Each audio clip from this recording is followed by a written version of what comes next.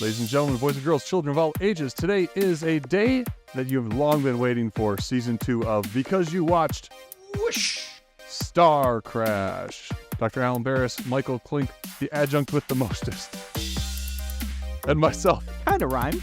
Yeah, Michael Vanderpool here, all instructors out in the heartland, the heart of the heartland, we call it, Northwest Ohio. That's what we're calling it now. I just made that up. So yes, the heart of the heartland. Bump, bump.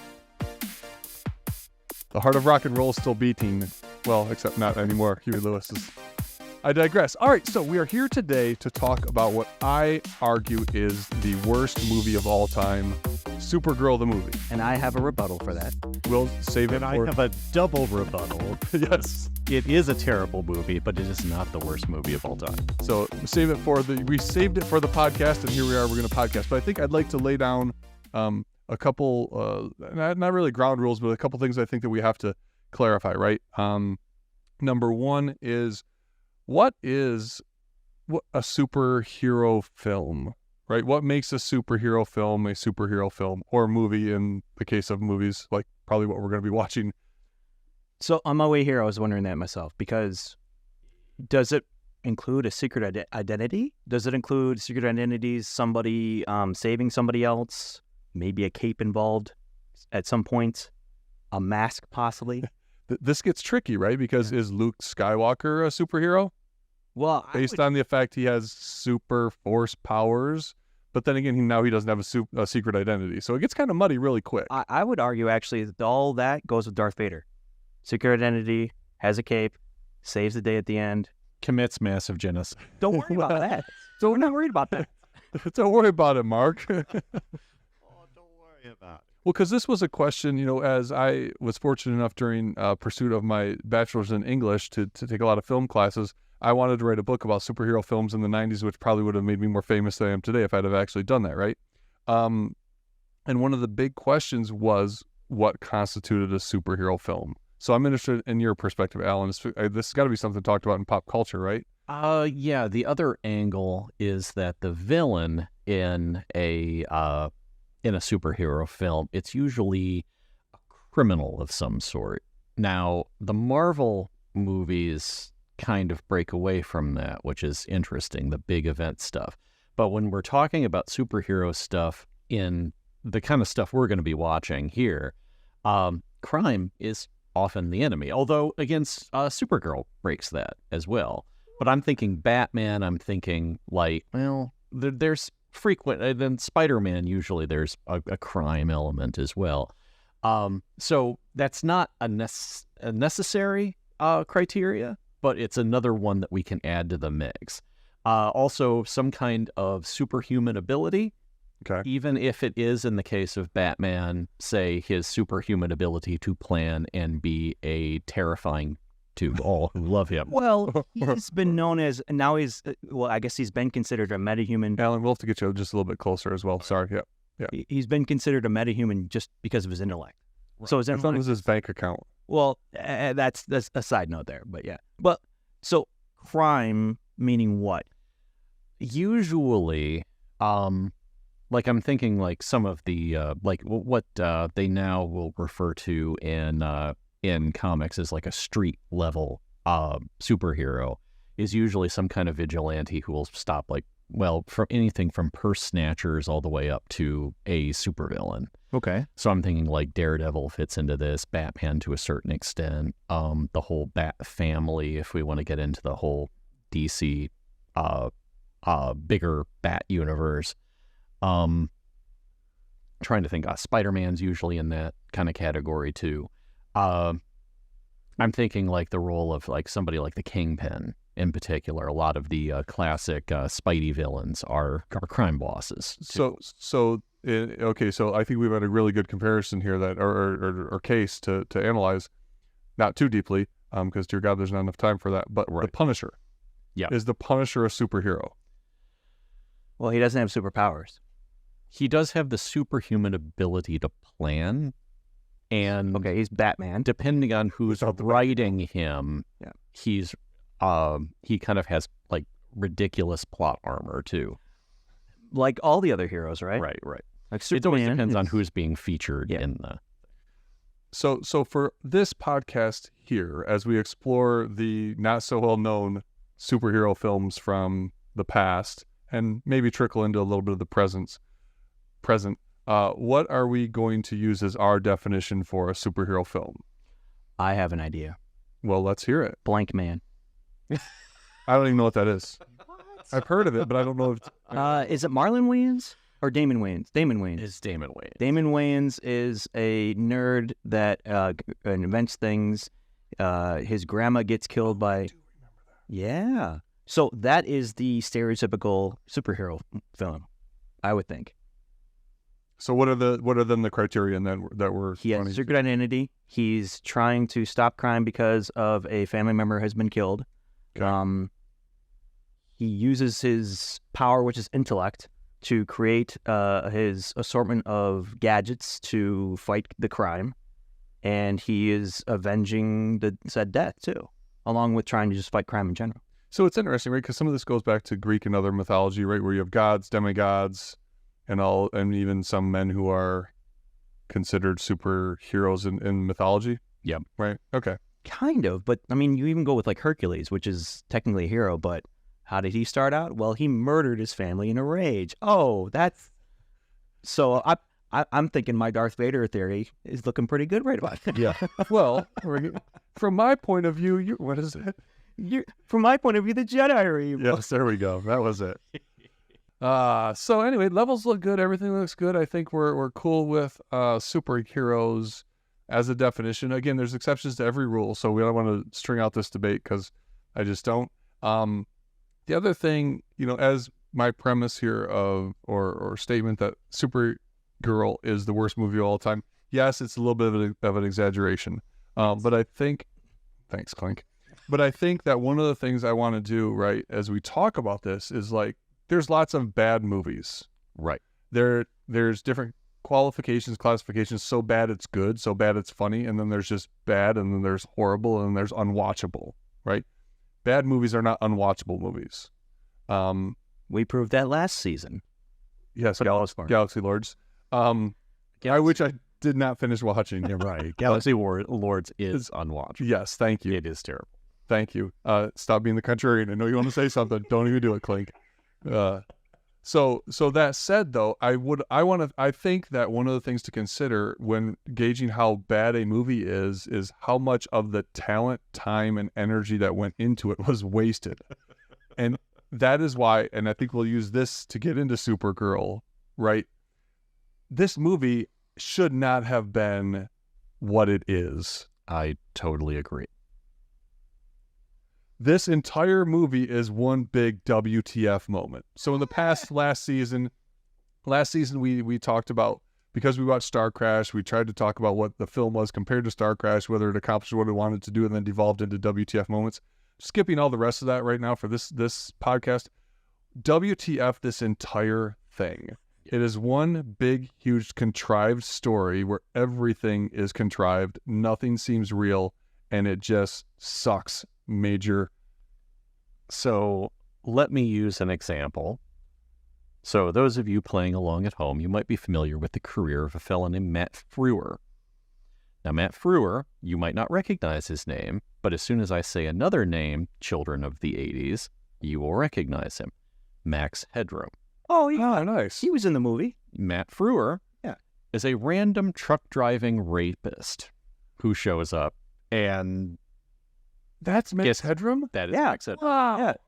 So just as a sign of the incredibly wasted talent, we have Peter Cook, who is a moderately accomplished rat-faced British actor who I know him from Blackadder. He plays Richard III in the first season, which, again, he doesn't do a lot because he dies pretty early, as I recall. Spoilers. But he's hilarious in it. I mean, there's some really good scenes in it, and he's perfectly cast. We got Fay Dunnaway, who is a couple of years after her career tanked with Mommy Dearest. No wire hangers. And I love Mommy Dearest. One of the things I want to talk about at some point is kind of the camp reclaiming of Mommy Dearest. John Waters loves it. He did a great audio commentary track for it. It's just incredible. I want to pause you right there real quick for a second, because since you brought up Mommy Dearest, I was watching some podcasts and YouTube video reviewings of Supergirl. They're all horrible, by the way. Yes. Worse than the movie. But there was a shot from Mommy Dearest, and they did a side-by-shot of Fay Dunnaway's character next to the Joker. From like Heath Ledger's Joker, and they looked nearly identical. It was pretty scary. So anyway, go on. All right. So we've got Fay Dunnaway totally wasted. And Fay Dunnaway got a lot of garbage for her role in Mommy Dearest. It's a terribly entertaining movie, whether she intended to make it that way or not. I think she did.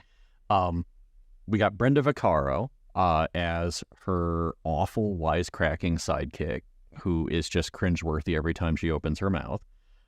We've got Peter O'Toole as Zoltar, and I've got some of Zoltar's quotes, which we will unleash upon you as the podcast continues. By the way, we'll play a game. I've got quotes that I thought that Dr. Alan Berres would pull out, so we'll see how this works. I've got some good ones. By the way, though, Peter O'Toole's all over this movie, though. Right. Like, he goes ham, Peter O'Toole. Oh, It's awesome. yes. He is really turning it on. Yeah. And I think that, as I watched this movie for the third time this weekend, over the weekend, I watched this 3 times. And he hated the movie, by the way, but he watched it 3 times. So Well, because I didn't want to take notes. I just wanted to be able to go off the top of my head. So that was my version of doing that. But this movie, and because we're teaching screenwriting right now, we're teaching a screenplay class, this movie, the script is the major problem.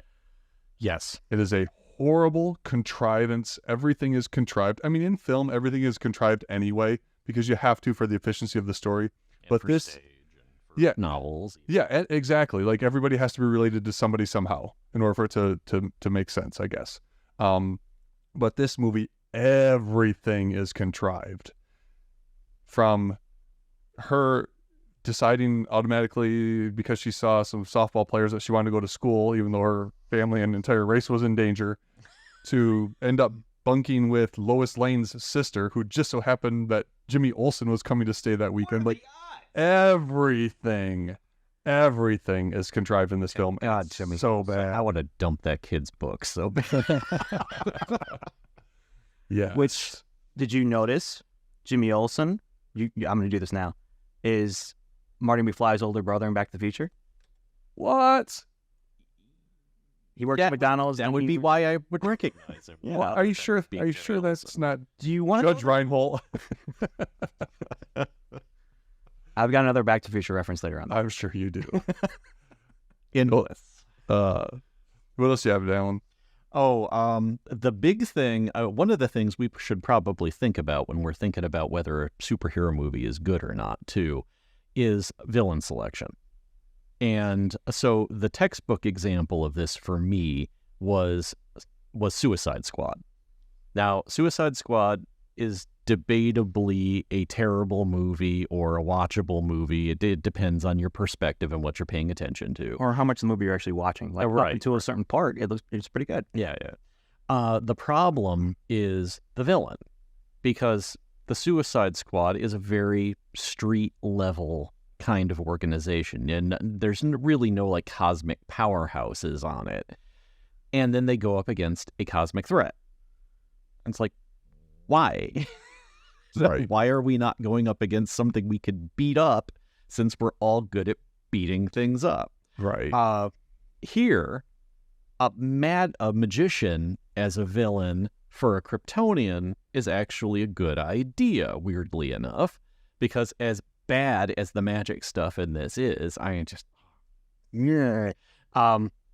it makes sense that if you want a villain that can actually threaten Superman or any of his Kryptonian ilk, well, magic is one of the ways of doing it. It's one of his vulnerabilities classically in the comics. Well, because either that or it's human with a stick of kryptonite, which gets old after a while. Yeah, which got old after the first time it was. Yeah. Or you go on to a fellow Kryptonian, and then it's just destruction porn like crazy. Right. I found myself noting near the end of this, where's Zack Snyder's neck-breaking soups when we need him? Well, Did you notice, though, at the beginning of the movie, they even played off Superman by saying he was in another galaxy, trying millions of miles away. Yeah, trying to stop something somewhere. This movie from being made. Well, it's so. You want to start at the beginning, or do you have any starting comments since Alan and I both have gone? No, we can just go like to the beginning and go kind of through it if you wanted to. Yeah. Okay. So it starts out where she's a child at the beginning, and a lot of Peter O'Toole Zoltar's language is about imagination, right, and math, and like imagination versus math, and it's a childish game that they're playing. Like she's very much even the clothing that she and the other. Well, she's wearing what looks like pajamas, Right. and then she goes and sits and moves in with people half her age or a third of her age, right? Like in a classroom type setting. Like it's really, really weird. Like they're framing her at the very beginning as this naive little girl. Right. And I think setting up for this almost coming of age-ish type story Definitely. that's a decent premise, but I don't think fulfills itself. Well, it seems like what's going on is they're in inner space, which is a thing, apparently. It's not subspace, it's not a different dimension, it's Not inner the space. Phantom Zone. Yeah.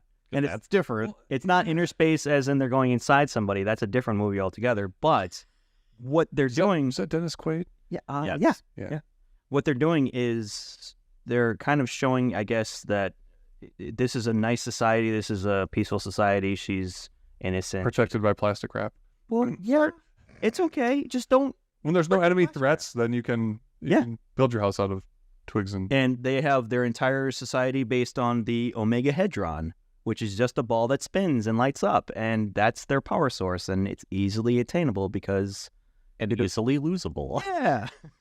Well, but I think, too, that's another story weird thing. Like, it didn't have to be inner space, right? Like, if Krypton was a society, a culture, whatever, that had a spaceship that could send Superman millions of miles away, or however far Krypton is from Earth, I don't know, Clink. There are certain debates on the distance. And... No, so some of the debates are that he actually was in cryogenic sleep, and it was thousands of years or hundreds of years. But at least if you can get from Krypton to Earth, you could probably get from Krypton to other planets. It could have just been another planet in the solar system, not had to been this inner outer weird spaceness nonsense. It's the same problem as Picard is having right now, the show, Picard, because what's going on is Romulan, the planet of Romulus, was destroyed from supernova, I believe, and they have this entire empire. JJ. Yeah, right. They have this entire empire, yet they had to save all the people on the planet, except they could have probably just gone off themselves, possibly. And now they're all kind of refugees, even though they have this entire empire of multiple star systems. But, whatever. Let's make them certain types of characters right away. Yeah, that whole initial scene where Kara, and I believe her name is Kara, correct? Yeah. Because everything I listen to, they're calling her Kara, and it bothers me to know it. It's Kara. Kara L. Kara L. Her parents, Mia Farrow, as one of the actors. Is this Sinatra Mia Farrow, or is this after Sinatra? Because it's 85. I think after. Okay. Yeah, again, Alan, I think you and I were talking briefly earlier, a wasted opportunity to have like a fairly competent actor do something other than deliver 2 lines of exposition. Right. And somebody who was very highly billed, if I remember right, who does nothing. Who was the dad? Like, I did not recognize that guy at all, and I think he had more lines than her. The dad, I don't remember. He emoted more than her. Yeah. Familiar. Yeah. I did not recognize him at all. But let me check really quick. But it's Continue. Yeah, it's interesting, right? So like she's in this childish state, and I'm reading way more into this than I think is intentional. You want to read more into it? I can go in more. Yeah, sure. If that proves your point that this movie isn't horrible, but No, it's just there's a scene where she's sitting there in front of this dragonfly that was made, or butterfly or whatever. Yes. And the way that she's sitting is almost like she's giving birth to it because she gives it life. Oh yeah. It's kind of problematic with the whole child imagery. Yeah. Not even get into the shape of the item she's holding. I mean, spins and goes up and down. Everything is a penis if you look long and hard enough. I mean, that's a did fundamental not- principle I did of not design. have to look that hard. Fundamental principle of design. But yeah, so I didn't even think about that, Clink. You're right. Like a child giving birth to You perv. yeah. So she gives birth to a catastrophe. Her imagination gives birth to a catastrophe. Her not being the traditional mathematician, and actually Peter O'Toole, Zoltar's character, right? He's disgruntled and bored because of everything being the same, that he's talking about going someplace else. His taking the Omegahedron, his curiosity to do something creative, leads to potential destruction of their entire society. Kara had it for 2 seconds. 2 seconds, and their entire society is gone. Yes. Destroyed. Yes. Simon Ward, by the way, is It sounds the familiar. dad, and he's in a bunch of British stuff. He looks familiar. I might have seen him in some random thing at some point, but I didn't recognize any of his big things other than it is Supergirl. So is there anything else in that opening scene, escape scene? I mean, I think we get through that, and then... I'll share my first quote. Yep, okay, here we go. Sweet. Your suffering will be short. Mine forever. Yes. Yes, poor guy. Yeah, well, you Zoltar. deserve it. Yes. Zoltar. You should And- You shouldn't have stolen the thing. He borrowed it. And Okay, he didn't that's steal right. it. He borrowed Well, it. was it his? Because he's the one that found it. He I stole the digress. hell out of it. He was But go ahead, Alan, repeat that line again with give it a little bit more emphasis this time. Your suffering will be short. Mine forever. That sounds like a great tagline for this podcast. Oh, I've got an even better one. I'm thinking like, we'll be done here soon, but it's going to go on for a while. So The other one, and I don't know where this one shows up in the movie, but I got the I was looking over IMDb and was like, how did I miss this one? I think it's later on, when she doesn't know what a tree is. Anyway, I'm only laughing at myself. For you, I weep. I do not remember that one. yeah, I think that naturally captures most of my reaction to our podcast. Hey. Yeah, because there's, I mean, this whole freaking thing again is a WTF moment. I think about it like, because how do they even know about Superman and Clark Kent? Why did they even have a word for a damn tree if they don't know Yeah. what a tree is? Yeah, there's a whole bunch, and again, it falls back on this whole contrivance thing. Like, Yeah. there's, like, this whole movie's, the subtitles should be because reasons. Like, sorry to steal your thunder there, Last Clay. season? No, last season was not as bad as this movie. This movie is bad. Galaxy? This movie is better than Galaxy Lords, Yes. Okay. but not by much. So not the worst movie ever then. But Like you keep hold on. telling me over and over and over and over. This movie is better than Galaxy Lords, all the things being equal. The amount of money that they spent on this movie compared to what they spent on Galaxy Lords, Supergirl is a Super failure. it's not the worst movie ever, but it is, I would argue, probably one of the biggest failures in cinema ever. So the way I see it is, one, this is the first female superhero movie that's like mainstream, from what I understand. Think you're correct in that. Okay, so Well, I mean, we obviously have the black and white stuff and B movie stuff that I don't think that's not. You said mainstream, but they're okay, they're trying to make it an actual blockbuster type movie. Mhm. So that's the first one. It's 1984, 1981. 84. Good year. So 1984, they have this movie coming out, which is still it's still in the realm of just men are men, women are women, know your place type. Well, I think what I have written is men are idiots, That too, yeah. But That sums it up. and the women that Don't start out- forget, some of them are unspeakable Jersey douchebags, which we'll get to the love interest. also the women are kind of idiots too. 100%. But anyways, so This paints no one in a good light. no, well, except for Supergirl, No, well, yeah, okay, except the beginning. But she redeemed herself, is what I'm saying. yeah. Darth Vader. But so Oh, don't mind the youngling corpses. But so what's going on is we have a movie that's kind of before its time, concept-wise, because it's trying to show a woman in a powerful and main lead role doing something that she's not, that women, quote unquote, aren't really supposed to be doing. And it seemed like the studio execs were trying to bank on Superman by having Supergirl, because they probably didn't want to do Superboy right away. And they didn't take it as seriously or didn't care as much of developing it.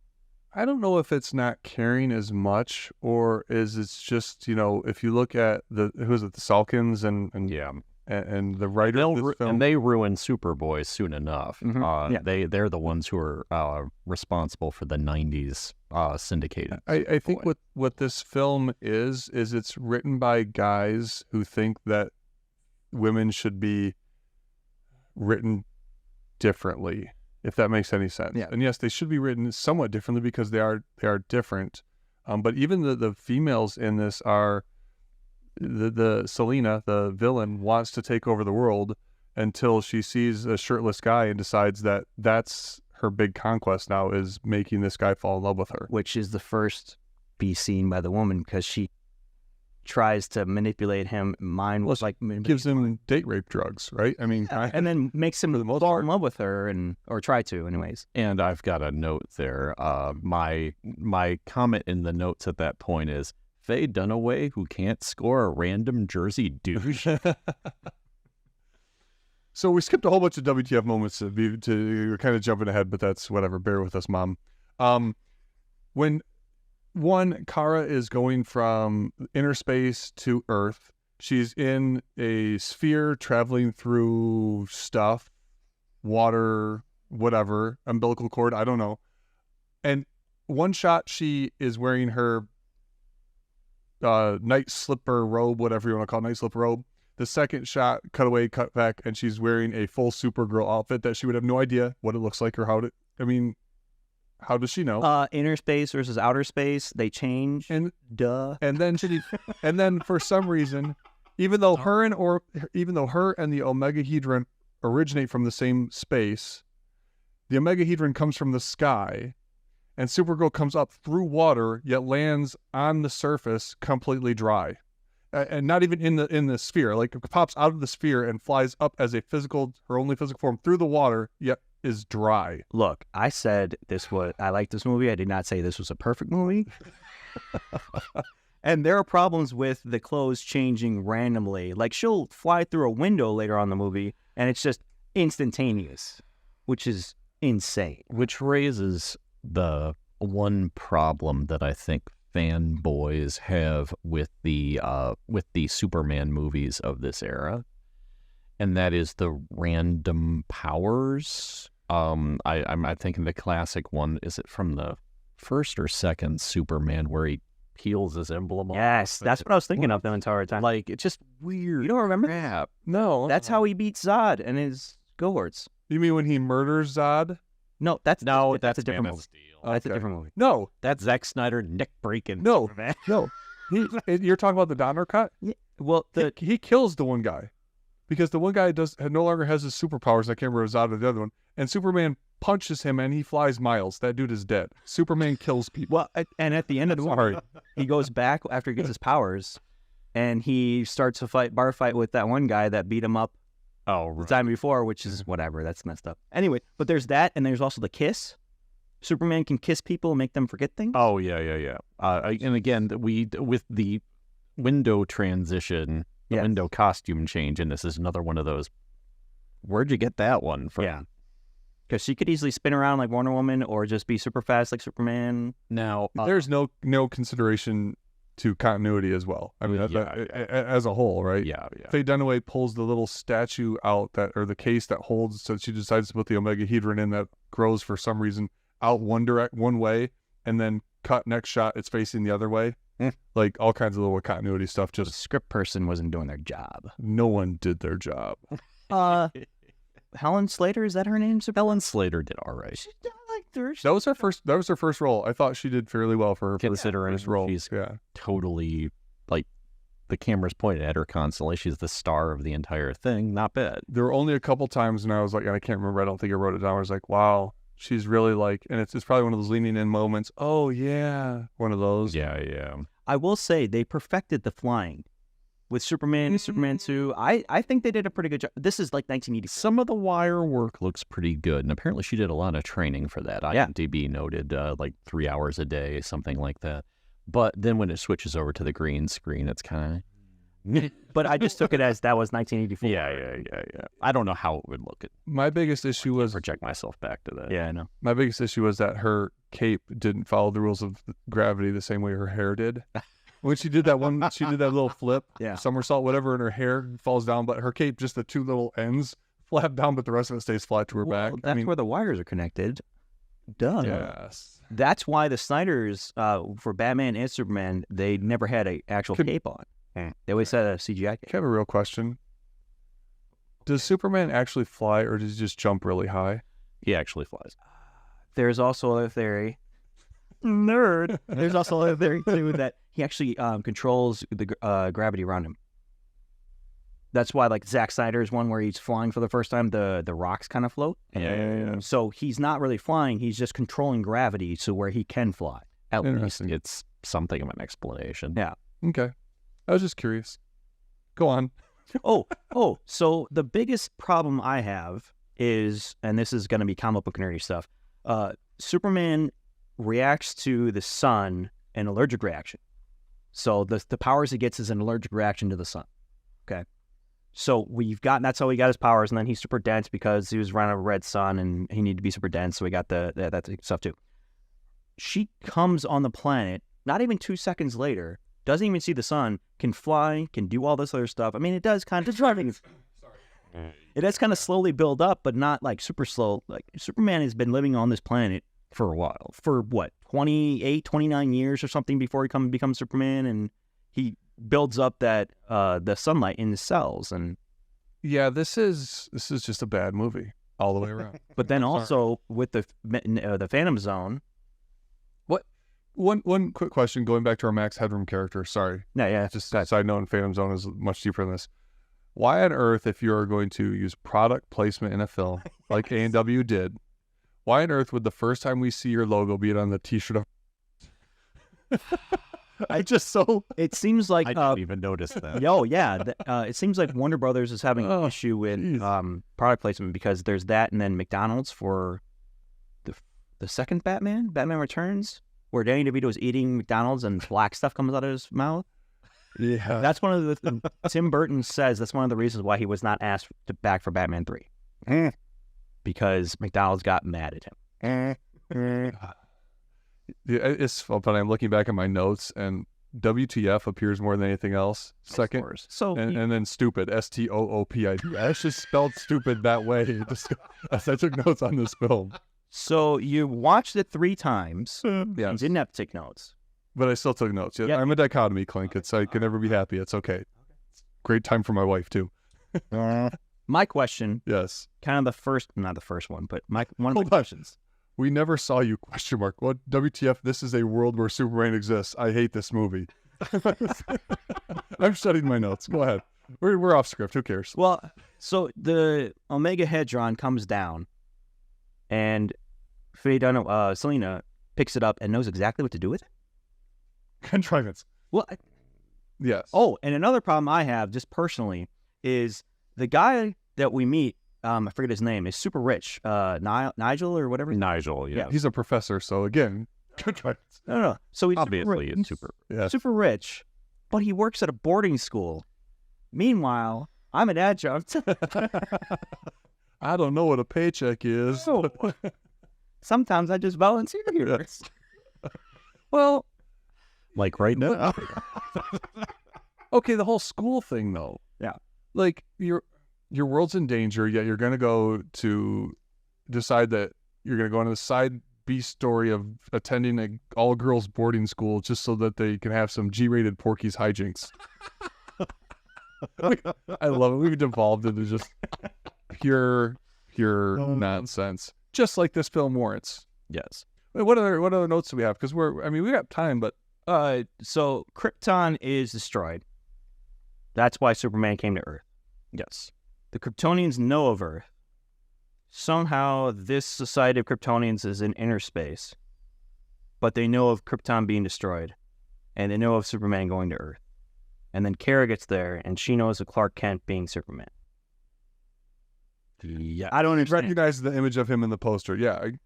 I don't understand. I mean, he's got a giant House of L sigil on his chest. Okay. Yes. It's not an S, it means hope. Yeah. It winds like a river.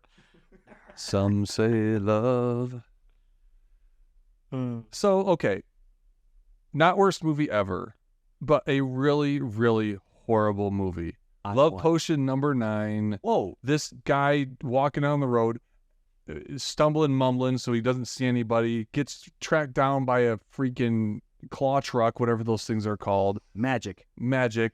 She opened Supergirl walking down the freaking sidewalk to the city street to go to maybe get a soda from the soda fountain. From the A&W root beer. Yes. And so, it has to go save him, and then he opens his eyes, and now I'm in love with you, and it's just so effing bad, dude. Which, by the way, when he's walking down the street, he looks over at the guy that honks the horn at him. So why didn't he fall in love with the guy? I know this is 1984. Times were different. Because reason. Yes. But then the other, okay, so everything else sucks. The effects at the end, the effects are decent, but then the whole stretchy thing at the end is terrible, and I'm just going to puke right now because how bad this thing is, right? All of a sudden, where did the protesters come from? This is like, it's almost like 6 months when she's in the Phantom Zone, like this whole big time lapse expires because now they've made picket signs because they're protesting women's rights. I don't know what the freak they're doing. Then you got people with black helmets on motorcycles that are now part of the secret police, the Selena's cult. But where do these things come from, man? Magic. It's like, let's just make them. Magic. It's so bad, dude. Jazz hands, magic. And then the Phantom Zone again, right? I used the comparison when I was talking about this to my wife. Going back to Star Trek, the reboot. Yeah. Where Kirk gets banished to a planet and finds Spock there. That is a contrivance, but it's not so unbelievable and so. I mean, it is unbelievable, but it's not so much as because not the whole thing isn't as contrived and apparently contrived as this movie, where it's like she's on this big, huge, desolate planet, and all of a sudden, out of the green slime, this guy finds her and saves her. But do you know why the Star Trek one's not contrived? Because a giant monster ran after him, and we didn't have time to think about it. That's what Yeah. We don't have time to think. Yeah. Don't think about it. Just go. Yeah, that's a good point. That's what J.J. Abrams. But this movie was green slime. This movie was she falls into green slime. Is that kryptonite?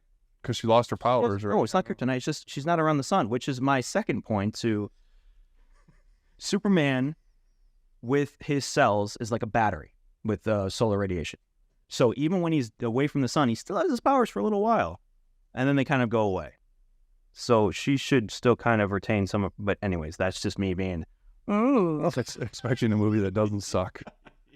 So why do you think this movie's not horrible, Clink? Because that was kind of my point. Now your counterpoint to Alan's tried. Well, I feel I won because you went from every single time texting me worst movie ever to this movie's not that bad. It's not the worst. I said that? You said it's not the worst movie ever, and we have it on record. That's different from saying it's not that bad. Well, okay, I'm sorry. Because it is that bad. Yeah. Yes. But you said it's not the worst movie ever, which it is not the worst. I feel I won this debate then, if this was a debate. Because I've changed. But I have dominated both of you because I've demonstrated that this is not the worst. Well, actually, no, let me rephrase that. I will demonstrate that this is not the worst superhero movie ever. Okay. So let's do this real fast, Clink. Jeez Louise, what do we talk about here? This is wild. He's looking through our messages. I put worst movie ever. Yeah. And then you say, well, I like the movie with a gif of Kara behind plastic sheeting glass. He's caught in the Phantom Zone. In the Phantom Zone. And then I talk about how I need to quit smoking. And then I say, Again. Then the second time I'm watching it, I text you worst period, movie period, ever period. Say 0 redeeming qualities. And you tell me not to hurt myself because of the podcast. Then I put in 2 different conversations. Then I put in like 3 things that I can't say on the podcast. And then I watched Police Academy last night. So I digress. Okay, but Police Academy, was that as good as you remembered? No, Police Academy does not hold up at all. No. Police Academy is as bad as Short Circuit. Short Circuit is a horrible movie. When did you watch Police Academy the first time that you liked it? Probably, I mean, around that time, 80s, I would think. Yeah. Yeah. So you theaters, how old? math. I don't know. 10, 11, 12, 13, 14, 15, Okay. whatever. So if you had watched Supergirl at that same age, No, my kids thought it was stupid too. Actually, that's a lie. My daughter likes this movie. My daughter actually likes Supergirl more than Captain Marvel. really, Yeah, that was one of the things I wanted her to watch it to get her like that feedback from her. Yes. I was starting to kind of compare Supergirl to Captain Marvel, because you can't compare Supergirl to Wonder Woman, because Wonder Woman was actually a really, really good version of what you can do with a female superhero. Yes. Yeah. But there are some similarities with Wonder Woman and Supergirl too, where you have the man who's in trouble and she saves him, things like that. But that's, Yeah, it's the weird love interest reversal. That's, well, not that weird if you know the history of Wonder Woman in particular. yes. But So my point being is, one, we didn't have a lot of good kids movies back then. I'm scared to death to rewatch Neverending Story, because I Well, love it holds up, dude. it does up. Yeah, 100%. Because I don't want it to not hold up. But nowadays we have all these complex and kind of nice visually pleasing effects and things like that, to where if you were to have watched Supergirl at the same time you watched the Police Academy, I guarantee you it would have been better in your eyes than now. incidentally, Yeah. this is Stephen Johnson's argument from Everything Bad is Good for You, where he argues that the problem with TV and people saying that TV is worse now than it used to be is that people are comparing things like, say, reality TV, which had just really broken in when he wrote the book. They're comparing that to, like, say, All in the Family. Whereas he said what the real comparison you need to make is between something like Survivor or whatever to Circus of the Stars. Yeah. And if you do that comparison, if you take the average product and compare it to the average product, you can see that TV is a lot more complex than it used to be. Even reality TV is a lot more complex than, say, an average game show. It's similar to music from the past, right? Yeah. You turn on a classic rock station, they're all hits. Right. We don't get all of the nonsense. Although we do get some nonsense. Well, yeah. But again, right now we're getting everything of the modern era for the most part. Yeah. Without being filtered through The lens of time. magic of time, Yes. which will whiff away the chaff. You know what? If only we could just like go really, really fast and spin the world in the reverse direction for Again, go back to when songs were mediocre, just like now. that's Superman for you. That's the first one, and everybody loves that movie. Everybody looks at that movie as that's the first best superhero movie. Before Marvel movies came. I really like Christopher Reeve Yeah. in Superman. I think that's what most people remember. Well, and Hackman too in that first. Yeah, he did a really good job. Man. And Margot Kidder before her life took a terrifyingly awful turn. But even Gene Hackman's Lex Luthor is not a good supervillain. No, he's just an overly ambitious real estate investor. That's it, right? So Like it's literally, yeah. It's Yeah, arguably his character in Unforgiven is actually much more terrifying. But if we look, it's the same type of villain with almost the same type of story, only now it's girls. Yeah. I almost want to see this. You know how Spike Jonze approaches certain characters? I wanted to see this with that, but only with gender, not race. Where you have the evil man being super evil and all the men being evil, and then the woman kind of... I kind of wanted to see that with this, or with a Wonder Woman or Black Widow or whoever. Although there's a limitation whenever you're dealing with women in this time period in particular. I was wondering, I wrote my note down here, and the phrase I use for this is, are we seeing a sword to blanket effect here? Now, to understand this, for those of you at home who have seen She-Ra, Yes. all right, What's She-Ra? the original run. Okay. No, But I mean, because there's a new cartoon. Yeah. That's My Little Pony. Not the new one. I haven't seen Hell, it you yet. don't I've watch heard the good new- things. Side I've heard note, good things. they're actually doing He-Man, and they have the cast. Mark Hamill, I think, is Skeletor.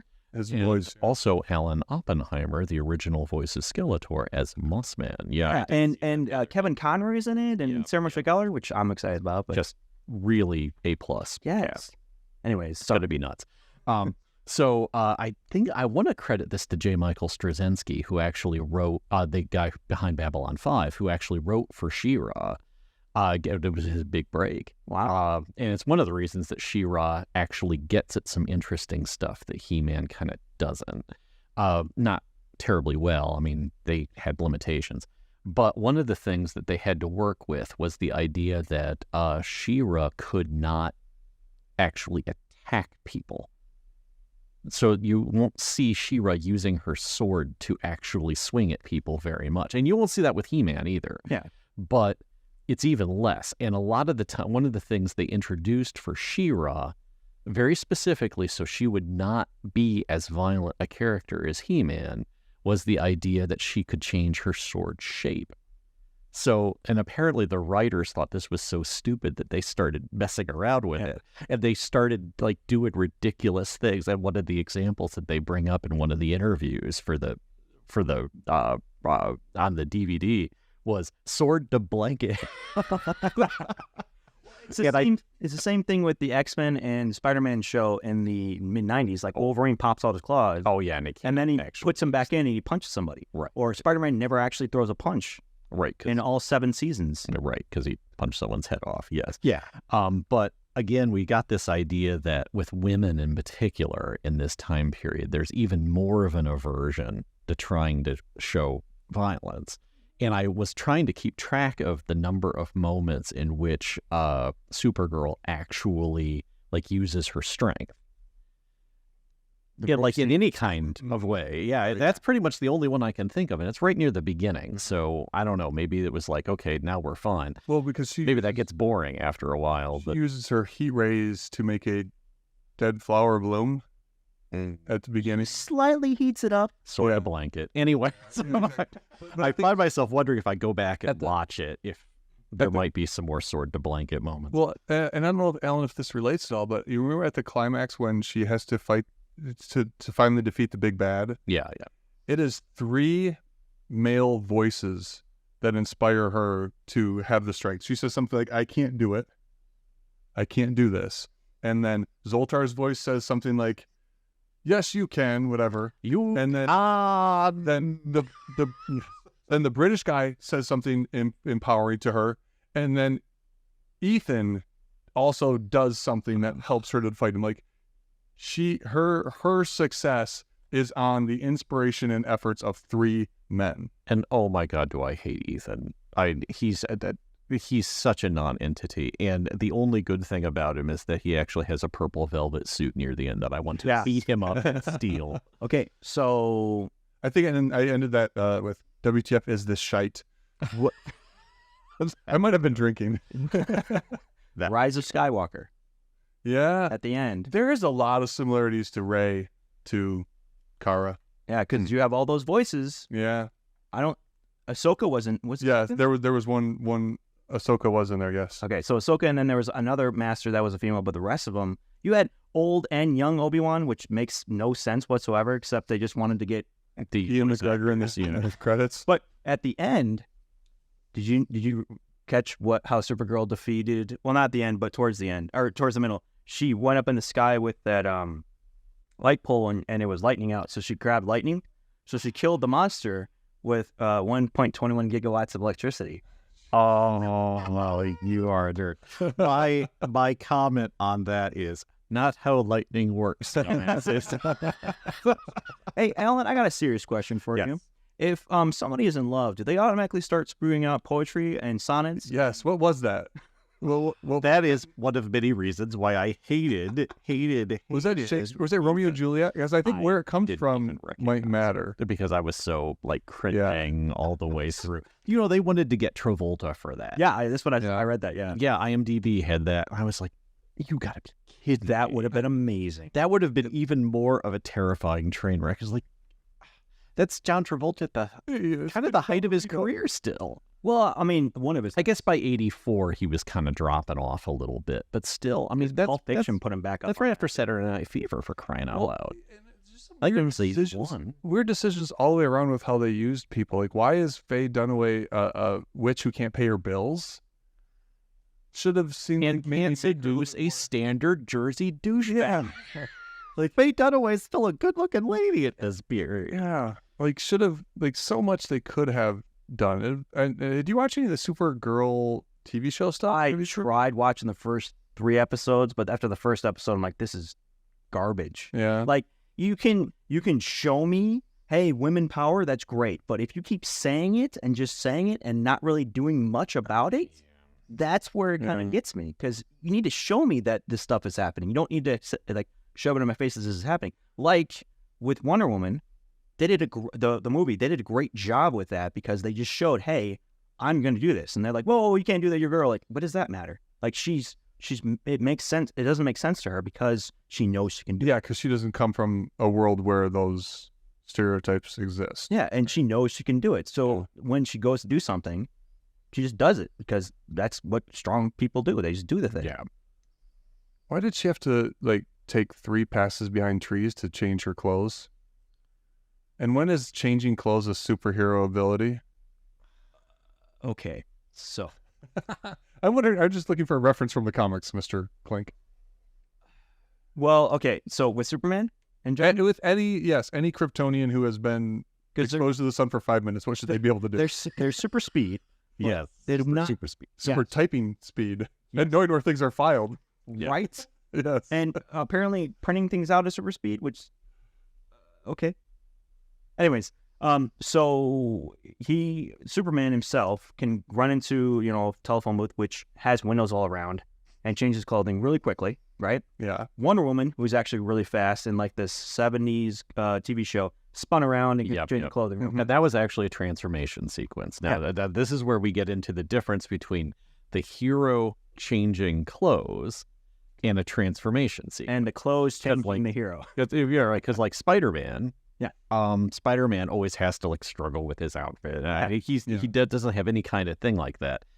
He used backpacks like crazy. And to bring up the other example we brought up here, so with He-Man and with She-Ra and with Sailor Moon and any number of other things, there's an Mighty Morphin Power Rangers, and there's an actual transformation sequence where they go through some kind of ritual and they are magically transformed. I will say one person that is not magic that changes his clothes like that, 60s Batman. Well, Rides down that oh yeah, pole, yeah. and then they arrive on the other side fully clothed. But again, I always thought that was the joke. So. Yeah, it is. It is. But I'm using that as an example, damn it. But it is, yes. That would be a mundane example of a transformation sequence. There's lots of face touching in this thing, too. Zoltar touches her face at the beginning. Ethan touches her lips. There's a good face. There's a lot of face touching. Not a good face touching. Weird. Ethan does not have a good Yeah. Oh, his complexion's horrible. Ethan Some has old subs was like, wow. slab of face. Wow. For that multi-million-dollar budget, should have some concealer or whatever they call that. Do you have any other powers that you had problems with? Oh, jeez. I don't know. Because there are a list in comic book history of Superman powers that are just like, why? This is Mary Sue-ish, right? What does that mean again? Because I've always read that, but I never actually. All right, I'll address the Mary Sue issue. So Mary Sue's are the idea comes from fan fiction, and it very literally came from a Star Trek fan fiction, if I remember right, where I don't remember what, like Ensign Mary Sue is introduced in the story, and Ensign Mary Sue is awesome at everything. She shows up. And like right in the door, she's like everyone's best friend. Everybody can't stop talking about how awesome she is. And she's an artificial insert into the story who everybody loves for no particular reason. And usually, again, in that fan fiction kind of way, there's somebody inserted later. Like all the other characters are established, and then suddenly Mary Sue shows up, and everyone and all the characters who have earned our love, well, in fan fiction kind of thinking, over the years, suddenly love her for no reason. And we don't know jack about her other than all of our beloved characters just can't stop talking about how great she is. So it's really hard to take the Mary Sue idea into in a purist way into looking at how a character operates in a real document.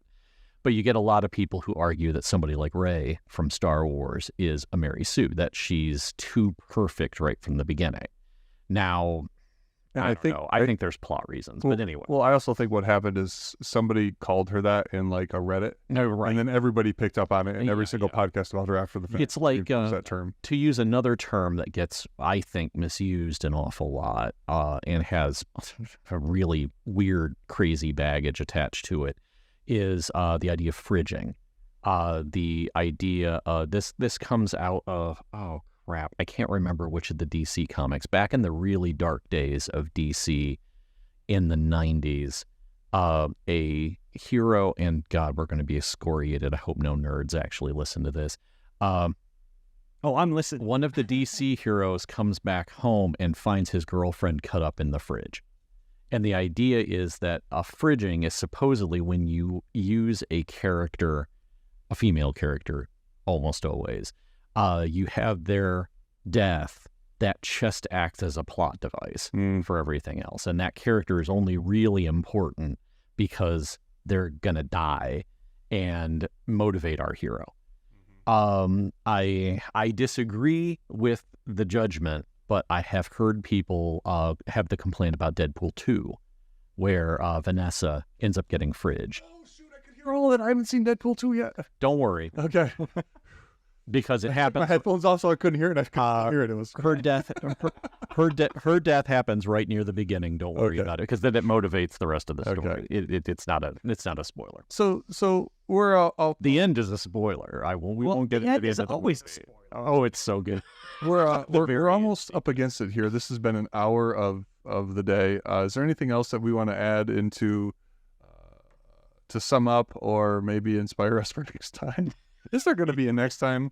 I feel like it left a cliffhanger at the end where she's flying towards the city, but are the people alive? How long has she been gone? They said only a couple days. Oh, her planet? Or whatever it is. Inner space place, which somehow she gets there without a ship. But anyways, so she flies there. We see the exterior of the planet / asteroid / city. But we don't know if people are alive in there. I think it's the same castle from the Neverending Story. That's just all built from the imagination of little boys. But Peter O'Toole said he's been in the Phantom Zone for forever, right? Well, time. This movie doesn't give two about time. Party's my word. Well, the Phantom Zone and time doesn't matter because it's the Phantom Zone. Okay. Except to prolong your suffering. Yes. Hell, like you suffer forever, apparently. So, and they said a couple days, and it's been more than a couple days that she was on Earth. You know, going to school, learning stuff that apparently is below her. How to wear a bra. On the outside of her jacket. Yeah, exactly. All that stuff. Gotta learn these things, I guess. I mean, that's how I learned. Just put it on one day over my clothes. So I'm a real boy now. In the IMDb, they said that if this had done well, there would have been a whole series. Oh, yeah. Just like everything else, they'd have milked it till the freaking... Oh, yeah. So Jaws 4. My thought is they actually left it at cliffhanger, and then something else would have happened. Yeah. And so, like, she would have gone there, and maybe everybody's been destroyed, then she got to go back to Earth, and now she's... Do you know how amazing the time we live in is? That on Amazon, I don't know where you saw it, this is 122 minutes long, where the theatrical release, they actually cut a half hour of this monstrosity. And that back in the day on TV, when they showed it on TV, well, apparently it was 90 minutes. They found a whole reel of footage from that movie, and they added it into the quote-unquote director's cut. I didn't see the director's cut. But, yeah. So I give it, if I'm going to rate these movies, let's do a little bit of rating them now? I'm going to give this one a 0. Oh, don't. Okay. No, this we can't go negative. Yes, we can go I was about to say, what was Galaxy Lord? So this is a 0. I think this is a good baseline of what a bad movie is. All right, now a conundrum to consider, perhaps for next time, is, and I don't think I've actually seen it, but it has a terrible reputation. I'm wondering if Supergirl is actually worse than Superman 4. Is that the one with the Should sun we guy? end with Superman 4? Yes, I Yes. think so. We should end with Superman 4 this season, maybe. If we can track it, though, track it now. Watchable 4. I'll get the VHS. I can do it with Stalker 3. I've seen Superman 4. I remember the sun guy, Yeah. which that's the perfect villain for him because he would just give him powers. But I remember having fun with it because I was little. Right. And plot and This whole podcast is set to destroy your childhood, Clink. this whole season. Yes. It's gonna be horrible. Yes. At least Darkman will hold up. So what are we going to do for next week or next time? Well, I am gonna recommend that we do one of the Zorro products that is available on Amazon right now. Which one? Antonio Banderas? It is not the Banderas version. Unfortunately, I might argue it might be still worth watching the Banderas movie, but there's a 1975 Zorro that's available, and there's also Zorro versus the Three Musketeers. Is the 1975 Zorro, is that, what's his name? The dude that's super tan all the time in 70s? It's not George Hamilton. That's what I'm thinking of. Okay. George Hamilton played Zorro? I want to say he did. I don't. Wow. He played a Zorro-like character. Wow. We'll consult because I'm positive he did a Zorro-ish thing. I don't remember if it was actually. We have to wrap it up too. I know he did a vampire, a Dracula. Yes. So next week, one of the Zorros. You'll let us know, Alan, which one you prefer us to discuss. I'll take the hit for the team. Yes, thank you. So, all right, from That's what I. Zorro the Gay Blade, Yeah. 1981. sounds. I couldn't remember fabulous. if it was just the Gay Blade or whether it was Zorro the Gay Blade. So from me, It's Michael. just as mature as you think, as I recall. From me, Michael Vanderpool, and Mr. Michael Clink and Dr. Alan Berres, we'd like to thank you for listening to Because You Watched Whoosh, Season 2, where we'll be exploring all of those great superhero movies you wish you never even heard about. And up your binary shoots, everyone. Whoosh.